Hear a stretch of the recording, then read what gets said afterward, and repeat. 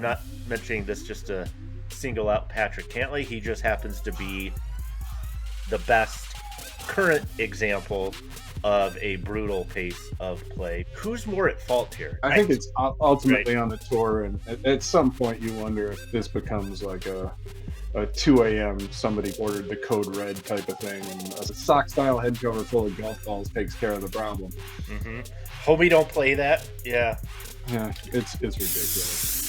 What is happening, everybody? No putts given. We're back. Tony, Covey, Chris Nickel, Golf Spy T, Golf Spy C. We are wearing complementary colors today, Tony. Did we do this? We got red and green, black and white. Yeah. I'm literally just noticing this right now. We didn't play in this? I have put no thought into this, as per usual. What's less than no thought? Can you put less than no thought exactly. into wardrobe stuff? Probably not. We got a little new format, Tony. Do you want to tell people Changing what it we're up? doing? Changing it up. More topics, less time on each topic, and then a bonus, though. If you want to stick around, we're going to go through stuff in about 20, 25 minutes, try to hit a bunch of things. But if you want to stick around for the after party, the nerdy stuff, stuff that kind of like what we've talked about before, there's going to be kind of an extended cut. So if you want to hang out for an extra 15, 20 minutes, we're going to do a deeper dive on one or two topics, maybe that come up in the show. Hopefully give everybody kind of what we've given you before, but also some new stuff.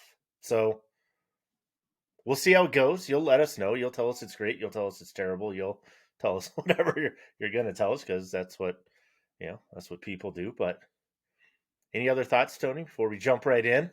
No, let's get going. We don't have a lot of time. We're moving. Oh, that's fast. Right. Yeah, we're moving staying at time. I was stalling to get a drink of my coffee. All right, we're going to start with a couple big topics in golf. Let's start here. Slow play. Patrick Cantlay. He, this last week, he was kind of the lightning rod. He's just the current slow player lightning rod. It's been Jason Day at times. It's been Kevin Na at times. It's been a bunch of different players. Right.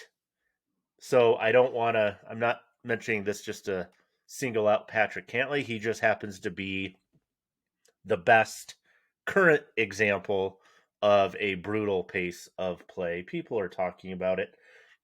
Two questions I have for you, Tony. Number one, who's more at fault here? Is it the players that play slow, or do you think it's the tour for not actually enforcing rules that they have on the book? Yeah, I mean, I think at some point it becomes the tour's responsibility. I mean, they have this whole thing where, all right, we're gonna watch you, and you're gonna be given a notification if you're slow, and if you continue to be slow, we're gonna put you on a list, and if you're on that list and get hit with another slow play thing, we're gonna fine you, and maybe we're gonna give you a penalty, but we're not actually gonna give you a penalty, because we don't give penalties to anybody whose name you would recognize, because we don't need that. So yeah, I think it's ultimately on the tour, and at some point you wonder if maybe just tour players have enough of the slow guys in front of them, and this becomes like a 2 a.m. somebody ordered the code red type of thing, and a sock style head cover full of golf balls takes care of the problem. Mm-hmm. Hope we don't play that. Yeah. Yeah, it's ridiculous. Ridiculous. I mean, it's people know it's a problem. Got it. It takes forever. The groups you can see, again, at times certain guys are slow. It can be hard to tell on TV because you can't really necessarily see their entire cut to commercial. Routine. Cut to commercial. Well, that's it. Like there are some of these guys, like you could. Guy gets to his golf ball, starts the pre-shot routine, the analysis, whatever he's doing, trying to figure out how he's going to play the shot. Cut to commercial, come back 2 minutes later, and he's still at it. And that's the kind of situation that pops up from time to time. You got these. I pulled up a Joel Beal article. It's probably a year or two old at this point, but you got the slowest 10% of players taking 63 seconds to hit a shot around the green, 55 seconds on approach. It's ridiculous. It's absolutely ridiculous. And like I said, we'll do something about it, whether it's actually enforcing shot penalties or a head cover full of golf balls. I don't care, but do something. Golf's already difficult enough to watch. We don't need this. Here's part of this debate that I do not buy, is because this is something that frustrated me with Cantley when he said basically, hey, we're playing for these ungodly amounts of money, right? Every shot is vitally important, et cetera, et cetera. Well, yeah, so are guys in the NFL. So are gals in the WNBA. So are people in all these other sports where there are time limits, and that's part of the skill.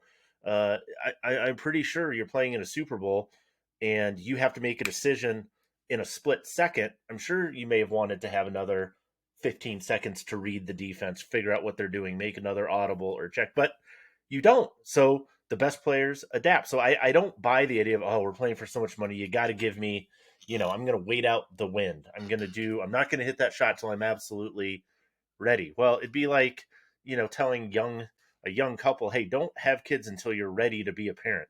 Nobody's ready to be a parent. You would never have kids. It's like, so that's part of it that I don't know. I just don't buy. Are there answers? Something. I think peer pressure, maybe. I don't know. Maybe you guys have some answers out there. I don't have all the answers right now for sure. But one guy that was missing from this tournament this last weekend was Rory. He ditched it. Is that a big deal or not?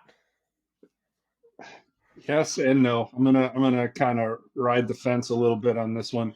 I think it's funny, right? Like earlier this year, it seemed like with the whole live stuff and kind of his just honest takes, if you will, and not really holding back. Yeah. Rory scored a lot of goodwill points, and I feel like he's just burning right through them as quickly as possible. I think, when you look at this one and go ahead, it's right after the Masters. He definitely had a disappointing Masters. Right, missed Probably wanted to take a little time off, so I get it. And at the end of the day, right, it just, if you go back to what he said on No Laying Up when asked about the potential for a golf ball rollback, and it was like, well, I may just play the sort of the limited ball and everything because to have an advantage in the majors. Mm-hmm. And ultimately what that gives up, and what we all know, what everybody already knew, is whether or not you throw higher purses at these so-called elevated events or not, Mm-hmm. the majors are the only thing that matters. And it just gives up the reality that everything else is just about making money, right? The majors are for establishing legacy.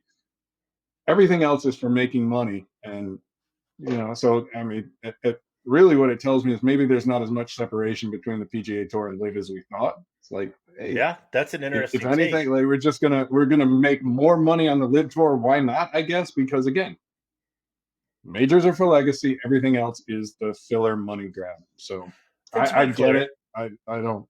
I can't fault him for it. Again, I feel like it does burn through a few goodwill points here and there, but ultimately, and I don't care. It's not one of the 5 tournaments I watch even barely. So no, from in the big picture, it doesn't matter at all. In the sense that in a year, nobody's going to remember this. Nobody's going to care. Nobody's going to look back and go, "Oh yeah, well, do you remember last year at Harbor Town when Rory?" No, I don't. I don't remember. I don't. In 2 weeks, people aren't going to remember. But it's a bad look in the sense that Rory has championed these elevated events, right?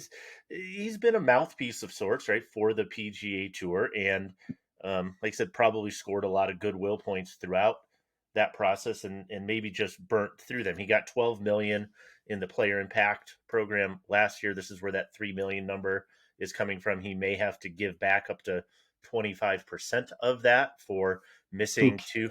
But I mean, $3 million to you and me is. I mean, it's phenomenal. But for Rory, it's the equivalent of a late hit penalty from the NFL. Like, okay, right. It looks like a big number, but ultimately, it's really not. So now it looks like a big number to him. It's inconsequential, not a big deal now. But I think his reputation component did take a shot there. You mentioned the ball rollback a little bit, which is interesting.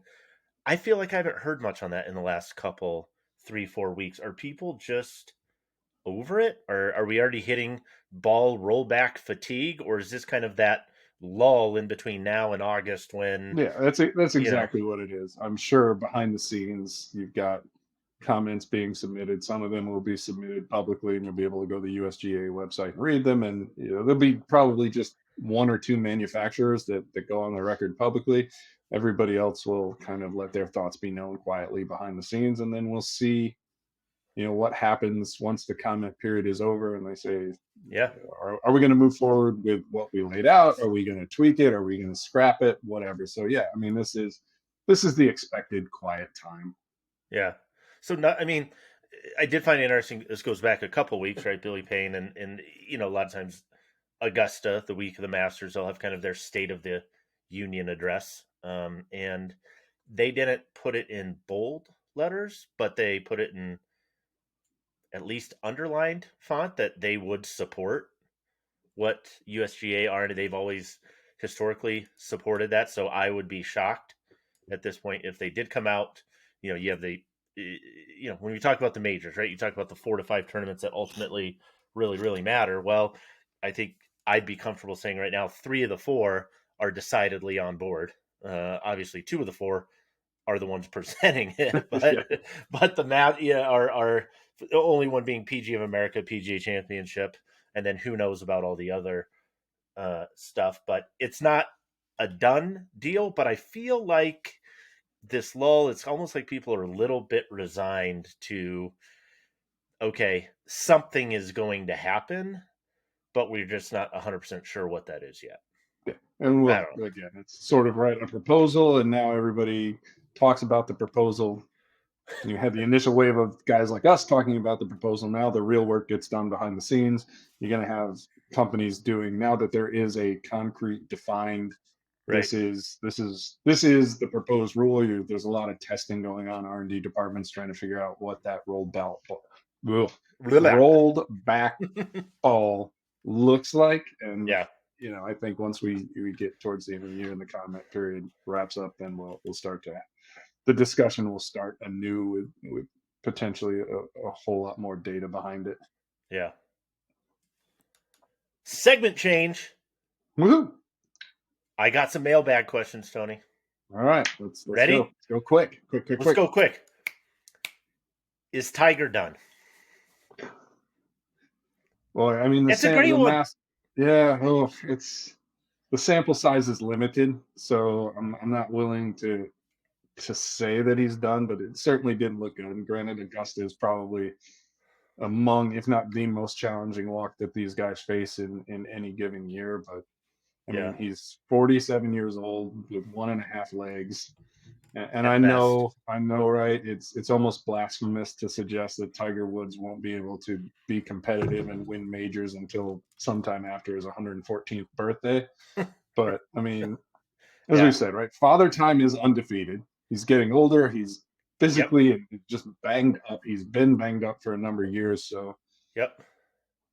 I think maybe the best hope is you kind of see, like, you pull a Tom Watson and maybe kind of just be there at the If end. not for Stuart Sink.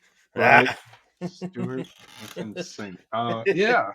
So I Yeah. think that's realistically the best case. And Yeah. that's, I think is the he all the biggest way issue. done? No. Is he mostly done? Yeah, realistically. But Yeah. again, he's not a superhero, and most golfers by the time they hit 47 are mostly done. Right.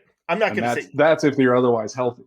Yeah. I never say never with Tiger. He's continuing to surprise people, but um, his caddy Joe LaCava said basically, hey, if it was just about hitting golf shots, he could compete anywhere. Well, of course, and that's maybe where Champions Tour lives, where you maybe do take a cart, maybe those type of things, and you can kind of do some of that stuff. But I, I personally, I don't expect Tiger to win this year.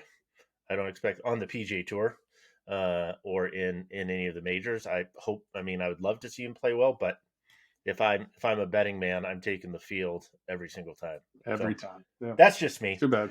Got an interesting question. For the love, why can't shaft companies, club companies get together and just make one uniform, universal shaft adapter? It would make life so much easier, Tony. But why can't they? We've got this question before, but I thought it was a good one to revisit. Yeah, I Why think can't I they? think the simple answer, right? Everybody has one already. Every company that Mm-hmm. makes a driver and a fairway wood, at this point, even a hybrid, has an adjustable hosel adapter. And Right. well, in some cases, those hosel adapters are clear knockoffs of somebody else's adapter to the Right. point where they're almost indistinguishable. I think at the Right. end of the day, you will find that most believe that they have the best adapter, and whether Mm-hmm. that's a case of the functionality it allows for. So Callaway OptiFit, right? You can do the plus or minus whatever the degrees are. You turn it up Yep. right, and you can maintain that shaft alignment. Yep. Right. Yeah. Never Right. have to reorient the shaft. Right. That's awesome if you're Callaway. Yep. And Titleist with the independent lie angle adjustment, in addition to the loft face angle change, they think they have something pretty awesome. And Ping, Cobra, these guys with the lighter PXG is another one. Mm-hmm. Lighter weight, less obviously less CG implications. They think fewer, excuse me, John Gordon, fewer CG implications.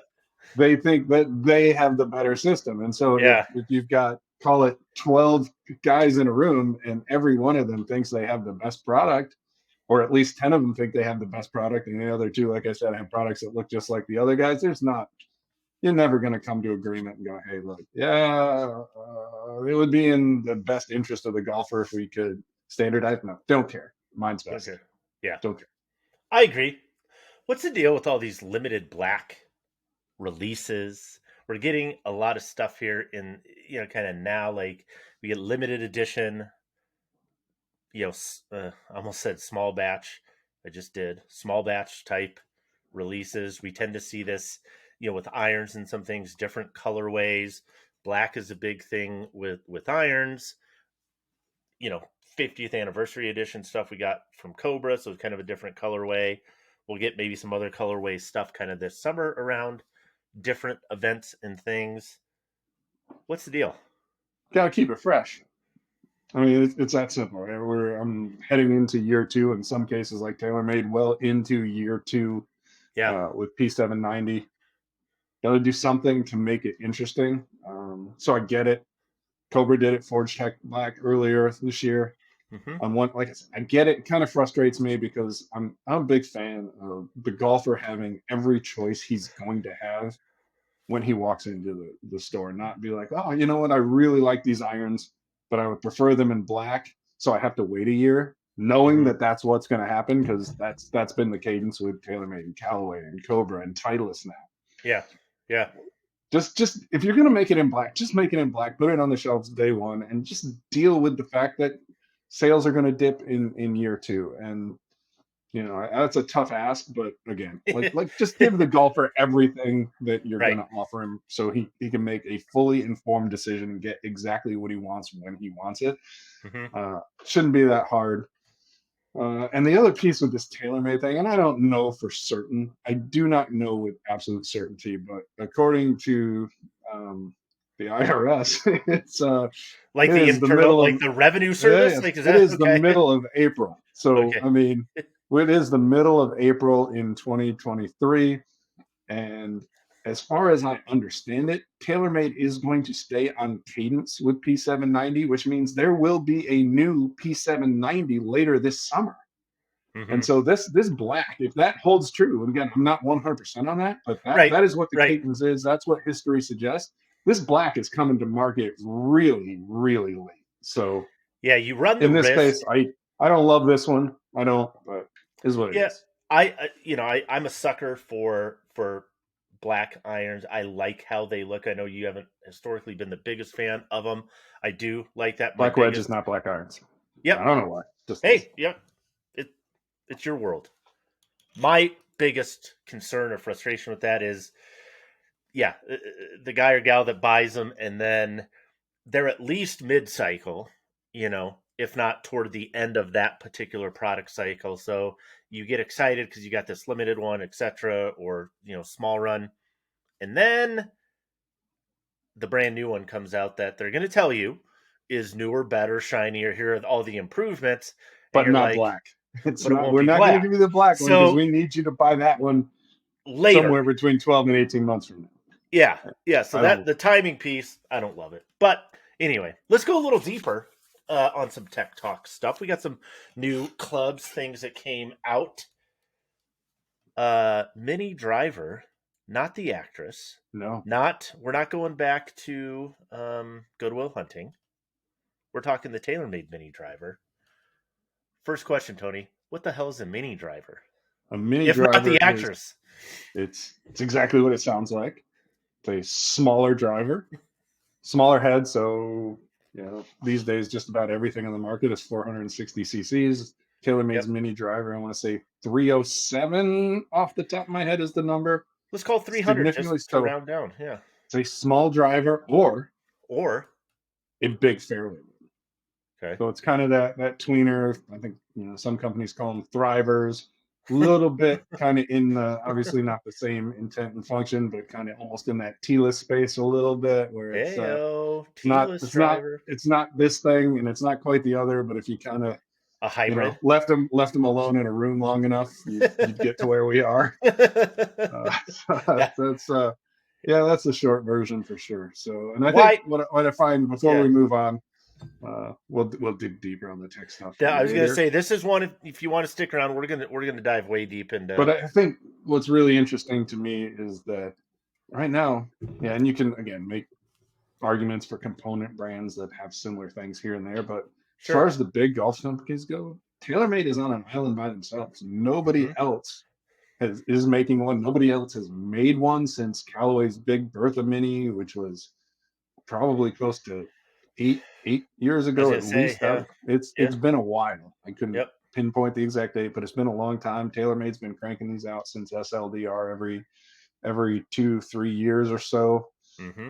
So alone on the island, and I've asked others like, hey, why don't you make one that's kind of it's kind of an interesting category. Why don't you make one? And I would say that the response is yes, it's interesting, but we are in business to make money, and so if we dedicated resources to this, we would not actually make money. So kudos to TaylorMade for grinding it out when it's definitely not a high volume and therefore a big money maker by any stretch of the imagination. Yep, like I said, that's one we're going to dive into a little bit more. Also, Callaway came out with updated Big Bertha line and REVA. Who are these for, Tony? And what is, I guess, what's the objective? What do we got here? Well, REVA's for women. Okay. It's very lavenderish. We'll come back to that. So Big Bertha, it's kind of become, you remember like when Harry Arnett came back to Callaway or came to Callaway, it was, Big Bertha was back and it was kind of the main line thing. And now I'd say Big Bertha has kind of the last several iterations of Big Bertha products, by and large, not entirely, but have settled into the super game improvement space. And that's exactly what this is. So super game improvement drivers, fairway woods, hybrids, and irons. So, and unapologetically so, the drivers kind of this big elongated bullet shape. The irons are thick, argue chunky, lots of offset, big honking top line. They look exactly like what they're designed to be, and so that's pretty solid, I guess. Yeah, I like that part of it. I mean, my two quick responses to number one, I like that Callaway's saying, hey, here's what this club is, here's who it's for, here's what it's designed to do, and there's no nuance to it. It's just there you go, right? And they're not a lot of the game improvement offerings you see on the market. They're just big, but they don't necessarily have a lot of technology. And then Callaway is maintaining the jailbreak and your AI faces with the metal woods and urethane microspheres with the irons and all of the technology they habitually throw at everything continues on in this line. And that's what I'm going to be very interested to see how this, the type of response to this. This is a place where Cobra has dominated, like with FMAX and stuff in our testing. Like they've really done a great job from and they've done it with basically a no frills approach, right? It's not necessarily throwing the kitchen sink of technology at it. Their approach seems to be like, look, for this demographic, we don't need to go super duper high tech. What we can do is take some of that tech that is really, for the most part, in there for stronger, faster golfers anyway. Right.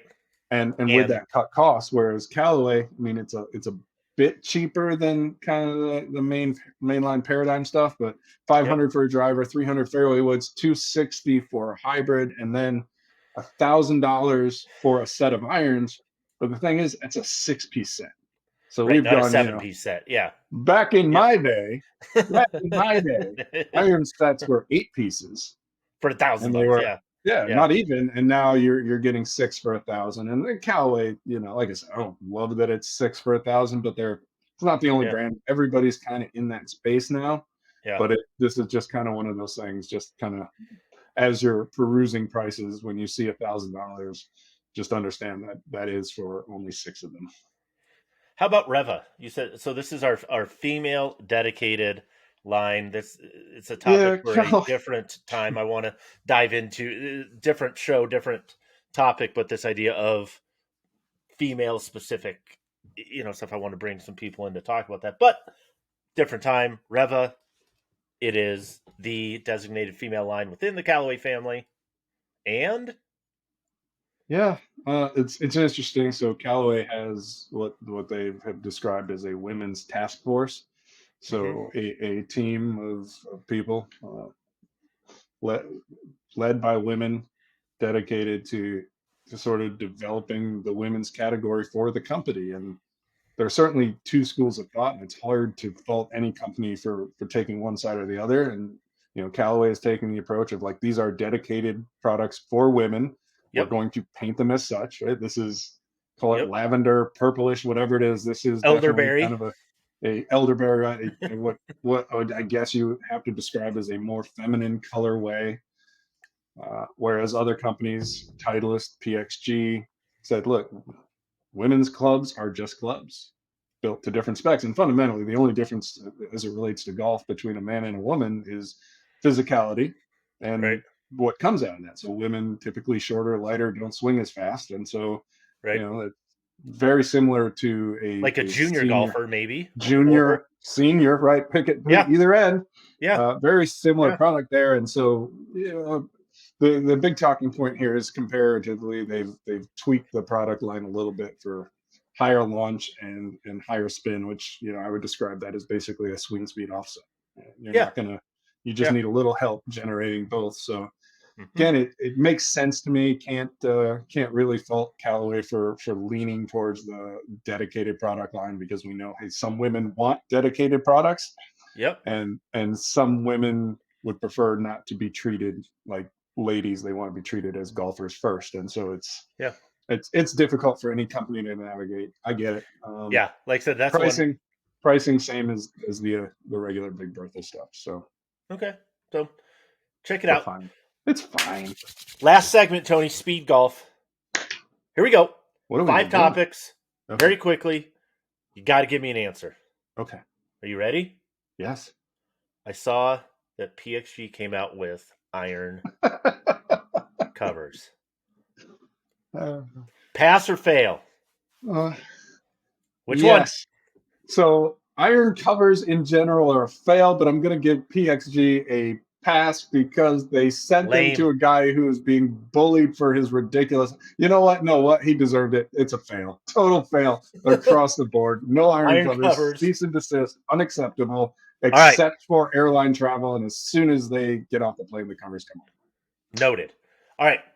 I saw you posted something conforming list. We always see these kind of things. We know there are tour specific products all the time. Something caught my eye was this is the 9th version of Paradym. I'm running out of Paradym fingers. You're running out of Paradym fingers. They said it's not atypical that we see, because everything that's slightly different, right, has to go through the USGA conforming list process. So if it's going to be out on tour, they got to get it covered. It has to be approved.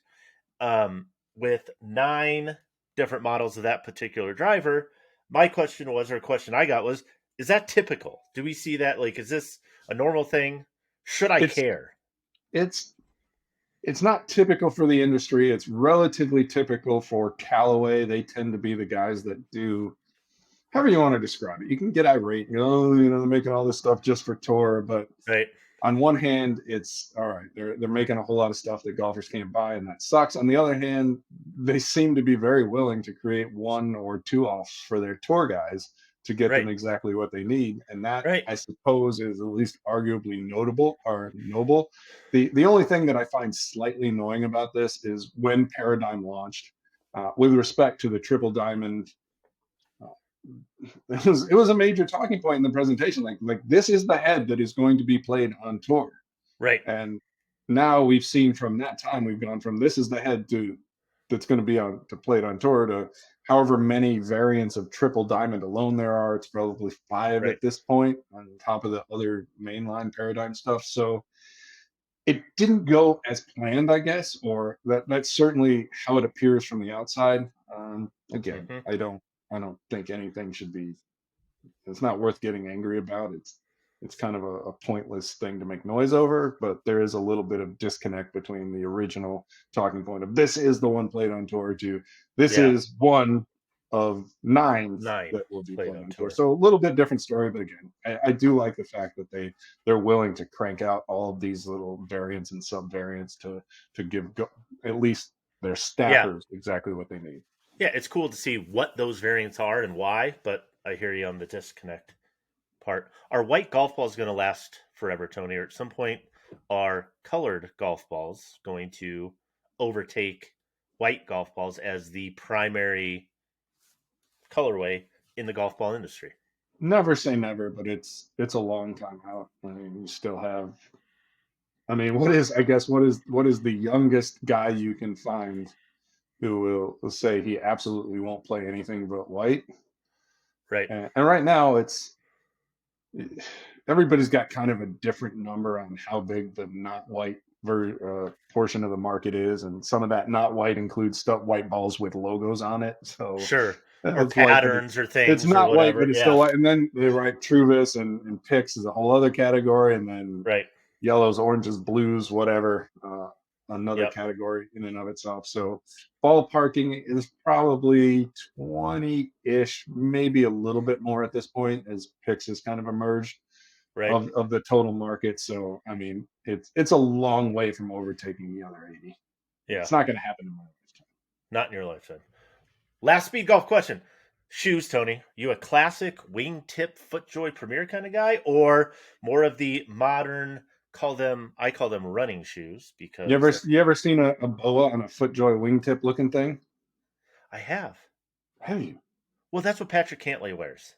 Well, I haven't seen him, but yeah, It's is that why he's slow?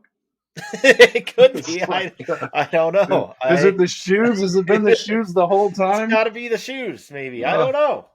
I don't know. oh God, But no, you're yeah, not. it's just I'm not. Yeah, I'm not a classic style guy. I like the modern style stuff. And granted, you know, form following function kind of thing that tends to be as a big boa guy. That Yeah. tends to be where you see the boa. Uh, Yep. but again, too, I tend to like kind of that more freestyle. Again, FootJoy actually had a shoe called Freestyle, but kind of Yeah. that The more frog. flexible, a little more wiggle room versus feeling like I just put on dress shoes for the golf course type of vibe. So yeah, that's me. I don't All know. right. Don't send Tony any nice classic looking golf shoes. Please send What was those. I'm trying to remember? What was that? There's like that company made like super premium golf shoes. We did a review Oh yeah. several years ago. I can't remember, but it was like, yeah, I know. I don't. Let's yeah, I don't know. I don't want any wood in my golf shoe. That's Leave those for the golf bag, right? Good with that. And that's it. the show. Ladies and gentlemen, that is No Putts Given. We out. All right. For all you deep divers, equipment junkies, it's time to get your fix.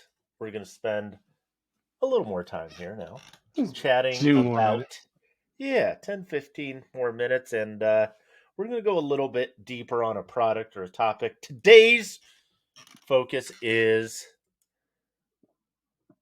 the club with no vowels. Before TaylorMade Burner Mini. So let's go back. So we're talking, again, not the actress. This is the Mini driver. We mentioned it in the shorter show, kind of what it is. I'm trying to figure this out.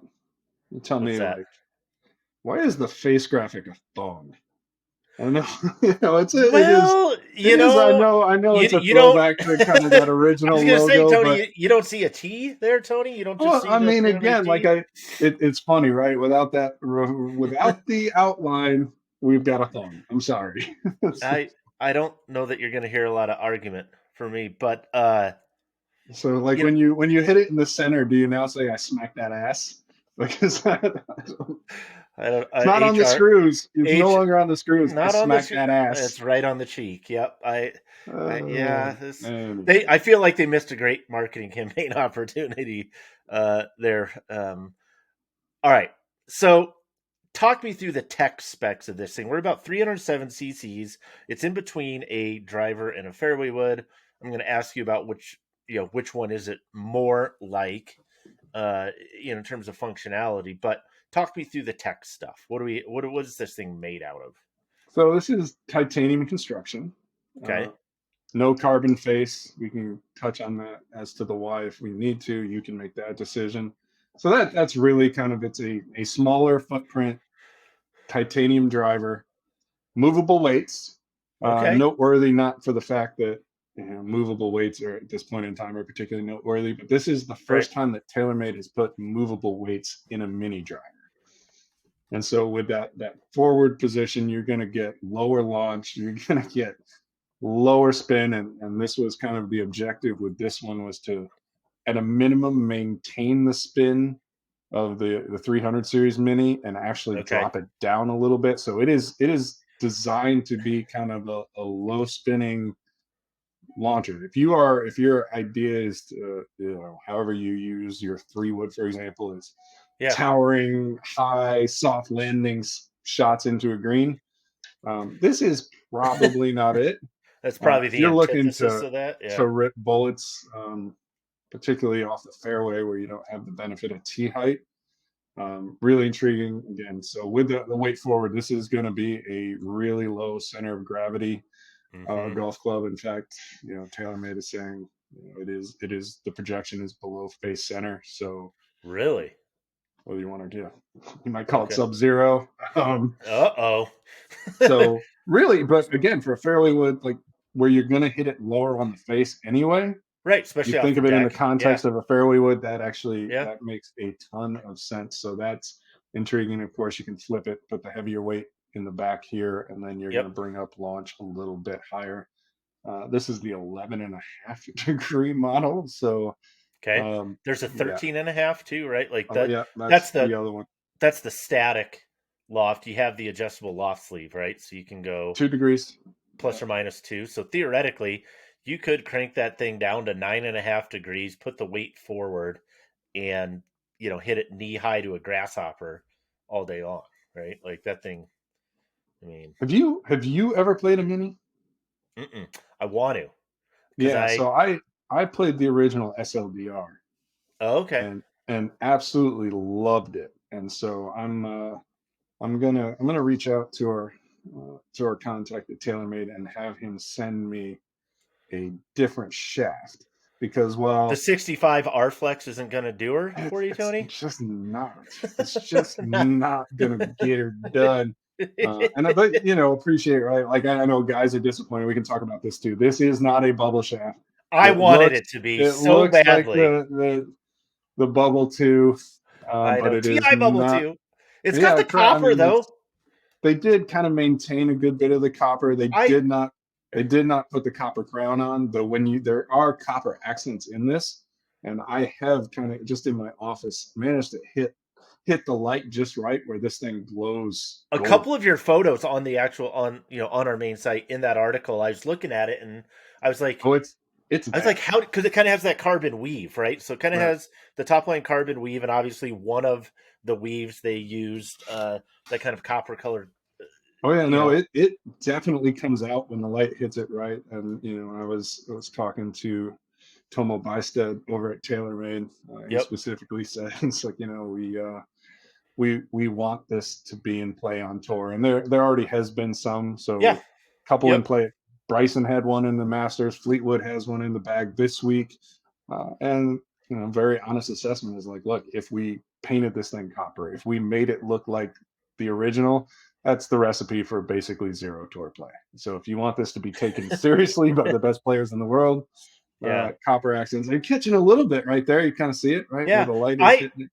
I think it's really cool how they clearly, it's a nod to that previous TI bubble too, without going too far, in that direction. They were able to be a little more aggressive with the head cover, and doing some of those things, which is fine. That's a great place to take some of that design, I guess, risk, if you will, whatever. Because So yeah, I if mean, I guess if you don't like the head cover, take it off. Use a different one. You got or turn that baby inside out. You got, a little I mean, it's a rainbow action, whatever you little want to call rainbow it. connection there. Rainbow. Yeah, Yeah, I don't know. yeah, Um, I'm not. But again, that mention it in the post. Going yeah. back to that barrel and I sock style that was popular back in the day. mm-hmm, So mm-hmm. So who is? I want to transition for a second to this. Like, you asked me if I ever played one, and I desperately want to, because of a couple things. Two, one is, we mentioned this on shows before, where for people that are really into the gear and stuff, just like people in Colorado here, the people really into skiing don't have one pair of skis. They have skis for different conditions, right? So you may have, yeah, you can carry 14 clubs in your bag, but you may have 17, 18 clubs to kind of pick and choose from. We talked about having different lob wedges with different bounces and things like that. I really see the mini driver as one of those ones that you could swap in and out depending on weather, course setup, etc. At my home course that I play a lot, the par fives, where if I'm going to go for them in two, if I hit a good enough drive to try to get to the par five in two, it's not with a 3-wood. It's not at elevation hitting something that carries 270 yards. It's, I got to be able to get that with my 5-wood or 7-wood.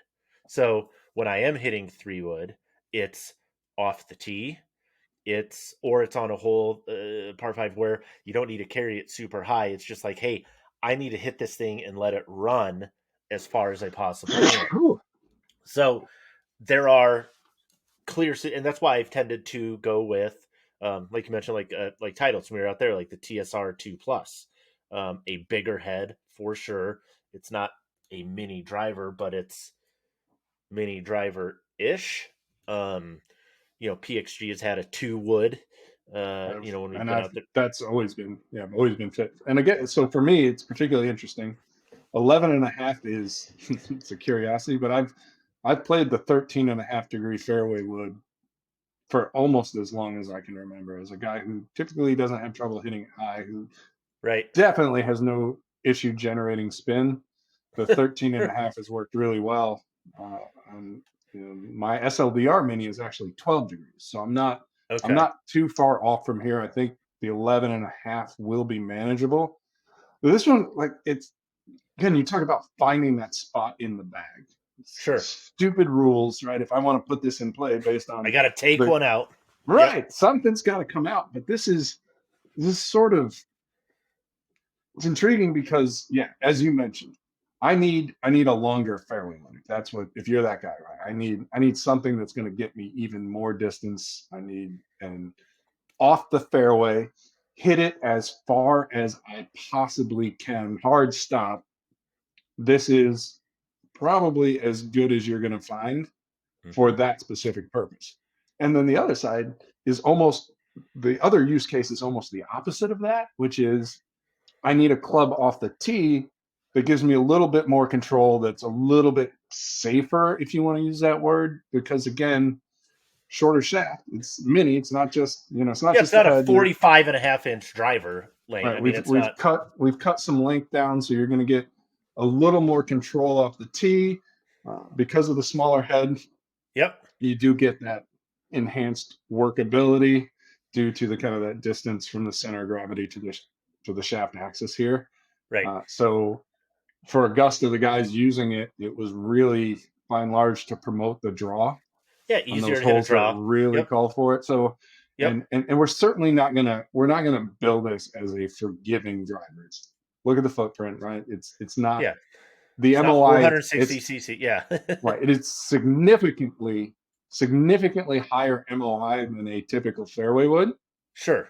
significantly, and I mean significantly, lower MOI than a typical driver. So you're not going to get that kind of that mishit protection, if you will. But Right. again, because it does want to kind of turn over a little bit more easily, Hmm. if you especially if you have some speed, but if you're a guy who has Sure. speed but sometimes maybe can't quite get the face to catch up with the rest of what you're doing, it's an option. It Hmm. does. I wouldn't describe it as anti-slice by any means, but there No. is in the design just kind of what naturally occurs is a bit of sort of not even, I wouldn't say draw bias, but a willingness to turn over. Draw enabled. It's, Yeah, yeah. I mean, it's the mass properties, right? Like you mentioned this, and if you hold that up there again, like just to point out to people, like when we talk about the distance from the shaft axis, so where the shaft, more or less enters the club head through the hosel, the distance between that and the true geometric center of gravity. So which is presumably in this let's general area. right on the thong. So if you take that distance, Two fingers. the shorter that distance is, right, the easier it is to, The more that head wants to come around on its yeah. own. So when you think of a 460cc driver, think of a much bigger driver head. That distance from the shaft axis to the geometric center of gravity is larger, which It's means more millimeters it's more millimeters. and So inches if you want to and use that, inches, if that's your imperial unit. whatever you want. Yeah, So exactly. so it's, I think you mentioned this in the article too. It's 60%. Like when you kind of talk about the DNA of it, if you want to throw some rough numbers that we can't back up with any sort of statistics or anything, but just for kind of general rule of thumb stuff, it's 60%, Fairway. 40% driver. Yeah, those are Tomo's numbers, and I think they're probably pretty good numbers. And that's again a little bit almost counterintuitive because it's Yeah. called the mini driver, but it slightly favors being a maxi fairway, if you will. Uh, Mega and fairway. again, part of that to point out, as I did in the article, that sort of that 60-40 breakdown Hmm. comes from the fact that the modern fairway wood has evolved to be Right. more like a driver in that it's they're friendlier off the tee, more sort of Yep. more designs for use off the tee than before, and Yep. so you get kind of that in some cases taller faces and things like that make the modern fairway wood more driver like than in the past. So Hmm. that's part of where that entirely made up math comes from. But yeah, I, the point to reinforce is this is definitely not just a smaller club to hit off the tee. Like yeah. it is designed. The intent is that golfers will hit it off the deck, and I know it is Hmm. bigger. It is going to be intimidating, but with the SLDR in particular, and I haven't tried a mini driver except from I took a couple swings with the 300 out at Bandon Dunes, but for the most part, I haven't seriously played mini since the SLDR. Yeah. But my experience with it was surprisingly easy to hit off the fairway, and even in conditions you wouldn't think, like not peak summer, but as the heather's starting to come up on the left hand side of 17 at McGregor, for example, It's, where yeah. you would think like there's no way you're going to get a fairway wood on this with the bigger head. I found like it was actually a little Yeah. easier to go and take a monster cut in less than pristine conditions as well. So Quick yeah, reminder. Yeah. intriguing. And quick reminder to people with, you know, the leading edge, right? How they design the sole, the camber, kind of that rolled front of the leading edge, and the mass properties, where the CG is, has a tremendous amount to do with how you're going to be able to launch it. So I get, when you put that thing down on the ground and it's 300 cc's, and you look, you think, there is no way in God's green earth that I'm going to be able to hit this ball up in the air. The counter to that is it's designed to still be able to do that. So the CG is working to help you do that. The leading edge, the sole design is working to help you do that as well. So And I think yeah, it's worth pointing out too. We've heard, and maybe it's kind of bad information that golfers have been given, or the kind of thing that helps golfers who struggle just from strictly a mindset perspective. But we've heard about like, oh, you need to sweep your fairway, like right, sweep that. Whereas in right, reality, you go out and you talk to better players, you talk with instructors, you talk to the guys who design the clubs. Like, yeah, no, the fairway wood, it's the intent is to hit down on that a little bit. Yeah. And so we still want a little negative angle of attack. We don't want to be So with +2. that, so yeah, if you are a guy who actually does hit down on the fairway wood, this is the center of gravity design we talked about. All of that stuff is going to work to your benefit to help you get the ball in the air. Yeah. And like I said, even with 11.5 degrees on this thing, I'm optimistic that I'm going to be able to hit it high enough to make it functional. We're going to find out. We're absolutely going to find out. No, we're definitely, like I said, we're gonna find a more suitable shaft to put in this.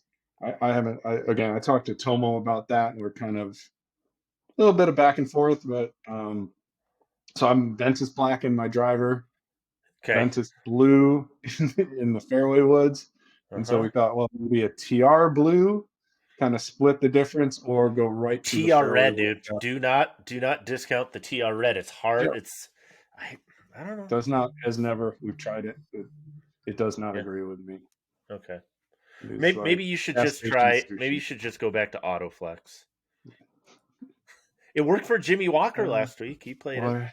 Yeah, 2 of them, $800 a pop. That's a steal. I have been apparently forbidden from playing Autoflex. So, speaking of which, last point here: pricing, availability, that stuff. It's what, $450? $450, yeah. And I'm gonna say, because I don't have it in front of me, I could bring it up, but it's $450, which is the same. Like I look at that, I'm like, as I said, two schools of thought. Man, that's really expensive for a fairway wood. Yep. Or man, that's a pretty good deal for a driver. Right. So however you choose to look at it, and it is, for what it's worth, priced the same as the Stealth Plus fairway wood that you and I both think very highly of. So it's not completely out of whack. And availability, I want to say like end of the month. Hold on, that's not right. We'll make sure we get it right. End of April, maybe. I feel like end of this month, 27th-ish, but I'll bring it up. I got it right here. Okay. I wrote, this becomes sort of the last minute details you almost gloss over about when you're trying to tell the full story here. But availability begins. Did I get this wrong, or is it available yesterday?